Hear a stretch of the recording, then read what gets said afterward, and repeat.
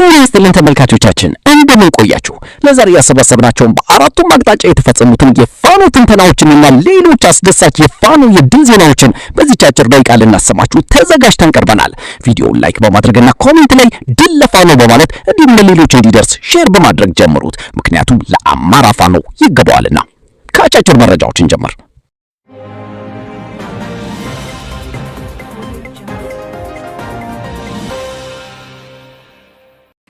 የአፋብን ሸዋ ጠቅላይ ግዛት አሳምነው እዝ አጼ ዘርዓ ያዕቆብ አንደኛ ኮር ነጎድጓድ ክፍለ ጦር ባደረገው ልዩ የከተማ ውስጥ ኦፕሬሽን ድል ተቀዳጅቷል። ዝርዝሩን ተከታተሉ። ጀብደኛ ምኒልክ እዝ ወግዲና ጎረንጂ ከተሞችን ሙሉ በሙሉ ተቆጣጠረ። ዝርዝሩን ተከታተሉ። የምኒልክ እዝ አሃዶች አንድ ሻለቃ የጠላት ኃይል የተደመሰሰበትና በርካታ የእግረኛ ሰራዊት እንዲሁም ሞርተር የቡድንና በርካታ የነፍስ ወከፍ መሳሪያ የተማረከበትን ድል ተጎናጸፉ። ዝርዝር አለን፣ ተከታተሉ። የአምባሰል ተራሮች ዛሬም እንደ ትላንቱ የብልጽግናው አገዛዝ ዙፋን አስጠባቂ ሰራዊት መቀበሪያ ሆኖ ቀጥሏል። ዝርዝር አለን፣ ተከታተሉ። በምኒልክ እዝ ስር የሚገኘው 105ኛ ኮር 45ኛ ክፍለ ጦርና 29ኛ ክፍለ ጦር የተዋጡ ሻለቆች በጋራ በመሆን ባከናወኑት የተቀናጀ ወታደራዊ ኦፕሬሽን ወግዲና ጎረንጂ ከተሞችን ከብልጽግና ጸረ አማራ አገዛዝ ነጻ አውጥቷል። ግንቦት 4 2018 ዓ.ም ማለዳ 12 ሰዓት ጀምሮ በተከፈተ መብረቃዊ ማጥቃት 3 የወዳደሩ መከላከያ ሰራዊት ሻለቆች ላይ በአንድ ጊዜ እርምጃ ተወስዷል። በውጊያውም የብልጽግና ወንበር አስጠባቂ ጦር ከፍተኛ ሰብአዊና ቁሳዊ ኪሳራ ደርሶበታል።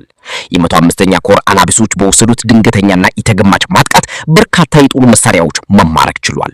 በዚህ አውደ ውጊያ 2 ብሬን መትረየሶች፣ 33 ክላሽንኮቭ ጠመንጃዎችና በርካታ ቁጥር ያለው ተኳሾች ተማርኳል። በተጨማሪም በወረዳው የነበረው ማረሚያ ቤት በመስበር በርካታ የአማራ የህሊና እስረኞች ሙሉ በሙሉ ማስለቀቅ የተቻለ ሲሆን የብልጽግና ፓርቲ አገልጋይ አማራና ካቢኔ ወረዳው ለቆ እግር ያውጭኝ ብሎ ሸሽቷል። በዚህ መብረቃዊ ጥቃት የተበሳጨው ሰው ወበላው ስርዓት የእግረኛው ጦሩ ሽንፈትን መከናበኑን ተከትሎ ከተሞቹ ላይ የድሮን ድብደባ አካሂዷል። በጥቃትም የወረዳው አስተዳደር ህንጻና የፖሊስ ጣቢያ በድሮን ሲውድም ከ10 በላይ ተሽከርካሪዎች ተቃጥለዋል። በርካታ የህዝብና የመንግስት ንብረቶች መውደማቸውም ጭምር ማረጋገጥ ተችሏል። የአጼ ዘርዓ ያዕቆብ አንደኛ ኮር ነጎድጓድ ክፍለ ጦር ዛሬ ግንቦት 4 ቀን 2018 ዓ.ም ከንጋቱ 12 ሰዓት ጀምሮ በደብረ ብርሃን ከተማ ዙሪያ ልዩ ቦታው አንጨቆረር ከተማ ድረስ ዘልቆ በመግባት በወሰደው የተጠና መብረቃዊ ጥቃት በአገዛዙ ሰራዊት ላይ የማይዳግም እርምጃ መውሰዱን ኮሩ በግንባር መረጃው ገልጿል። ክፍለ ጦሩ ከ4 ቀናት በፊት ራሱን እንደ ንስር አድሶ በልዩ የሞራል ልዕልና ከፍታ ላይ በፈጸመው የከተማ ውስጥ ኦፕሬሽን የአገዛዙ ዙፋን አስጠባቂዎች ላይ የማይዳግም እርምጃ በመውሰድ የብልጽግናው ቀኝ እጅ የሻምበል አመራር በጀግናው የነጎድጓድ ክፍለ ጦር አናብስቶች ተማርኳል። ሰራዊታችን በፈጸመው የከተማ ውስጥ ኦፕሬሽን 100 አላቃ ማዕረግ አመራርን ጨምሮ 3 የጠላት ኃይሎች ተሸኝተዋል። 7 ከባድ ጉስለኛ፣ 1 ዋና ሻምበል ተማረከ። 2 ክላሽንኮቭ፣ 120 የክላሽ ጢጥ፣ 2 ሙሉ የወገብ ጥጥቅ ከነካዝናው እንዲሁም ሙሉ የጠላት የደንብ ልብስ መማረኩን ኮሩ በግንባር መረጃው አረጋግጧል። በተመሳሳይ የግንባር መረጃ በሸዋ ጠቅላይ ግዛት በመንዝ አውራጃ የእዙ አካል የሆነው አጼ አምደ ጽዮን ኮር የምኒልክ ክፍለ ጦር አሃዶች ህዝብን ለመዝረፍ በተንቀሳቀሰው የአገዛዙ ጥምር ጦር ወራሪ ኃይል ላይ ጉዳት ማድረሱን ኮሩ በላከው የግንባር መረጃ ገለጸ። ጠላት በሁለት ግንባር ያቅና ሲሆን ከመንዝላሎ ምድር ወረዳ ወገሬ ከተማ ወደ ጦርሙስ ወረዳ በማቅናት ከምኒልክ ክፍለ ጦር አሃዶች ጋር ባደረገው ውጊያ 2 የመከላከያ አባላት ሲገደሉ ከ4 በላይ የጥምር ጦሩ አባላት ከባድ ቁስለኛ ሆነዋል። በሌላኛው ግንባር ጠላት መነሻውን ከመንዝ ቀያ ወረዳ ዘመሮ ከተማ በማድረግ ወደ ክምር ድንጋይ በማቅናት ላይ ያለ በምኒልክ ክፍለ ጦር ሸለቆች ክፉኛ መመታቱን ኮሩ የገለጸ ሲሆን በቀጠናው በተደረገው የተቀናጀው ውጊያ በውል የማይታወቅ የአገዛዙ ሰራዊት ሞትና ቁስለኛ መሆናቸውን ኮሩ አረጋግጧል። ተደጋጋሚ ሽንፈት እያስተናገደ ያለው የአገዛዙ ዘራፊ ሰራዊት ዛሬም እንደተለመደው በመንዝላሎ ወረዳ የጦርና አካባቢው ነዋሪዎች ላይ ከፍተኛ ዝርፊያ እየፈጸመ ሲሆን የአርሶ አደር አቶ ታምሩ ወንደሶን መኖሪያ ቤትን ሰብረው በመግባት ከ37 ሺህ ብር ጥሬ ገንዘብ በላይ ሲወስዱ ቤተሰብን ለማገዝ በሞተር ስራ ላይ የተሰማሩ ወጣቶች ላይ ከእያንዳንዳቸው ላይ ዘርፋ መፈጸሙን ኮሩ በመረጃው አረጋግጧል። የአምባሰል ተራሮች ዛሬም እንደ ትላንቱ የብልጽግናው አገዛዝ ዙፋን አስጠባቂ ሰራዊት መቀበሪያ ሆኖ ቀጥሏል። ጀብደኛው ምኒልክ እዝ ከ2 ቀናትን በላይ በፈጀ አውደ ውጊያ በርካታ የጠላት ኃይል ተደመሰሰ። የምኒልክ እዝ አሃድ የሆኑት 104ኛና 101ኛ ኮር በአገዛዙ ቁጥረኛ ሰራዊት ላይ በቅንጅት በአምባሰል ሰንሰለታማ ተራሮች እጅን ከአፍ የሚያስጭን ገድል ፈጽመዋል። ግንቦት 1 2018 ዓ.ም ጀምረው አውደ ውጊያ የ101ኛ ኮር 35ኛ ክፍለ ጦር 104ኛ ኮር 24ኛና 23ኛ ክፍለ ጦር የጠላትን ኃይል ሙት ቁስለኛና ምንኮ በምርኮ አድርገውታል። በውጊያው የጠላት የ104ኛ ኮር 36ኛ ክፍለ ጦር 5ኛ ሬጂመንት 3ኛና 4ኛ ሻምበል እንዲሁም የክፍለ ጦሩ ቃኝ ሙሉ በሙሉ ተደምስሰዋል። በዚህ ታሪካዊ ተጋድሎ በርካታ የቡድን መሳሪያዎች ሞርታርን ጨምሮ ተማርከዋል። ከተማረኩት መሳሪያዎች መካከል አንድ ሞርታር 82 ከነተጥፋሹ፣ 4 ብሬን፣ 2 ስናይፐር፣ ከ80 በላይ ነፍስ ወከፍ ክላሽንኮቭ፣ 5000 የክላሽ ተጥፋሽ፣ 2500 የዲሽቃ ተጥፋሽ እንዲሁም አንድ መኪና ሙሉ የጠላትን ሬሽን ገቢ ማድረግ ተችሏል።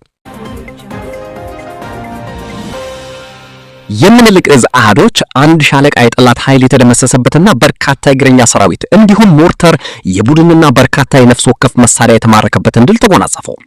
ምኒልክ እዝ 104ኛ ኮርና 101ኛ ኮር በቅንጅት የሥርዓቱን ወንበር ጠባቂ ሰራዊት በደቡብ ወሎ ዞን አምባሰል ወረዳ በ11ኛ ቀበሌ ልዩ ቦታው ዳቃና ድብል በተባለ ስፍራ የጠላትን አንድ ሻለቃ ኃይል ሙሉ ለሙሉ በመደምሰስ ታላቅ ድል ተቀዳጅተዋል።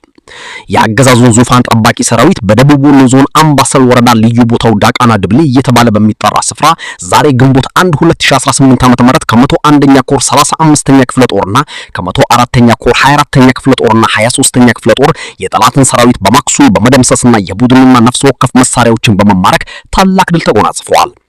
በዚህ አውደ ውጊያ ከተማረኩት የቡድን መሳሪያዎች መካከል አንድ ሞርተር ከነተተኳሹ፣ 2 ብሬንና 1 ስናይፐር እንዲሁም አንድ መኪና ሙሉ የጠላትን ሬሽን የተማረከ ሲሆን ቁጥሩ በውል ያልታወቀ ክላሽንኮቭ ገቢ ማድረግ ተችሏል። ለልዩ ተልእኮ አገዛዙን የተቀላቀሉ 2 የፋኖ አባላት ከ10 በላይ ሚሊሻ በመደምሰስና ቁጥሩ በውል ያልታወቀ በማክሶስ ግዳጃቸውን በተሳካ ሁኔታ ፈጽመው ወደ አሃዳቸው ተቀላቀሉ። ምኒልክ እዝ ከ101ኛ ኮር 35ኛ ክፍለ ጦር 2 አርበኞችን ለልዩ ተልእኮ እጅ እንዲሰጡ ካደረግናቸው በኋላ መርሳ ከተማ ላይ በደርዘን የሚቆጠር የሚሊሻ ስብስብ ሙትና ቁስለኛ አድርገው ያለ ምንም መስዋዕትነት ወደ አሃዳቸው ተቀላቀሉ።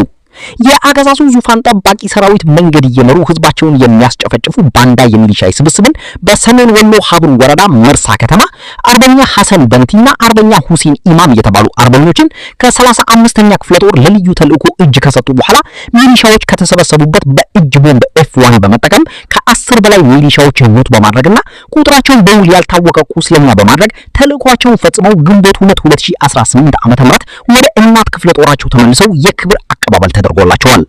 የትግራይ ኦርቶዶክስ ተዋሕዶ ቤተክርስቲያን ሲኖዶስ ደግሞ አክሱም ቅድስት ከተማ ብሎ መሰየሙንና ይህንን የሚያሳዩ ህጎችን እየወጣ መሆኑንም አስታውቋል። የትግራይ ኦርቶዶክስ ተዋሕዶ ቤተክርስቲያን ሲኖዶስ ባደረገው ጉባኤ የጥንታቱ አክሱም መጠሪያ ቅድስትን አክሱም ጽዮን ከተማ እንዲሆን መወሰኑንም አስታውቋል። ቤተክርስቲያኗ ይህንን ውሳኔ ተከትሎ በከተማዋ እንደ መጠጥና ጫት ሽያጭ ያሉ ተግባራት ላይ ክልክል እንዲዳል እንደምትፈልግ እንዲሁም የቅድስና ምልክት እንድታሳይ የሚያደርጉ ህጎችን እየወጣች መሆኑን ገልጻለች ነው የተባለ። ውሳኔው ከሰሞኑ ይፋ ከተደረገበት ሚያዝያ 28 ቀን 2008 ከመሳ አንስቶ ከተማዋ በአጠቃላይ ቅድስት ተብላ እንደምትጠራ የትግራይ ኦርቶዶክስ ተዋሕዶ ቅዱስ ሲኖዶስ ዋና ጸሐፊ ብፁዕ አቡነ አረጋዊ ለቢቢሲ አረጋግጠዋል። አክሱም ከዚህ ቀደም ያላት ክብር እንዳለ ሆኖ በጠቅላላው ቅድስት እንድትባል የሚያስችል ጥናት ውሳኔ እንደተላለፈ ተገልጿል።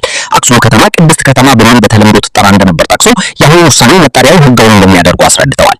አክሱም ህገ ልቦና፣ ህገ ወሪት፣ ህገ ወንጌል ልጠብቃ እየኖረች የረጅም ዓመት የክርስትና ደሴት ስለሆነች ቅድስት መሆኗን ብፁዕ አቡነ አረጋዊ አስረድተዋል። ብዙ መንበረ ታቦተ ጽዮናት፣ መንበረ ጽላት፣ መንበረ ሳምራ፣ መንበረ ብዙ ቅዱሳን ስለሆነች ያላት ክብር እንዳለ ሆኖ ካሁን በኋላ ደግሞ ከተማዋን ጠቅላላ ቅድስት የሚያስብላት ተጠንቶ ያለው ግብዓት ቀርቧል በማለት አብራርተዋል። ከተማዋ በዚህ ዘመን ያላትን ቅድስና ቀጣዩ ትውልድ ይዞ እንዲሄድ በሚል አጠቃላይ ከተማዋ ቅድስት ተብላ እንድትጠራ የትግራይ ኦርቶዶክስ ተዋሕዶ ቅዱስ ሲኖዶስ መወሰኑን አክለዋል።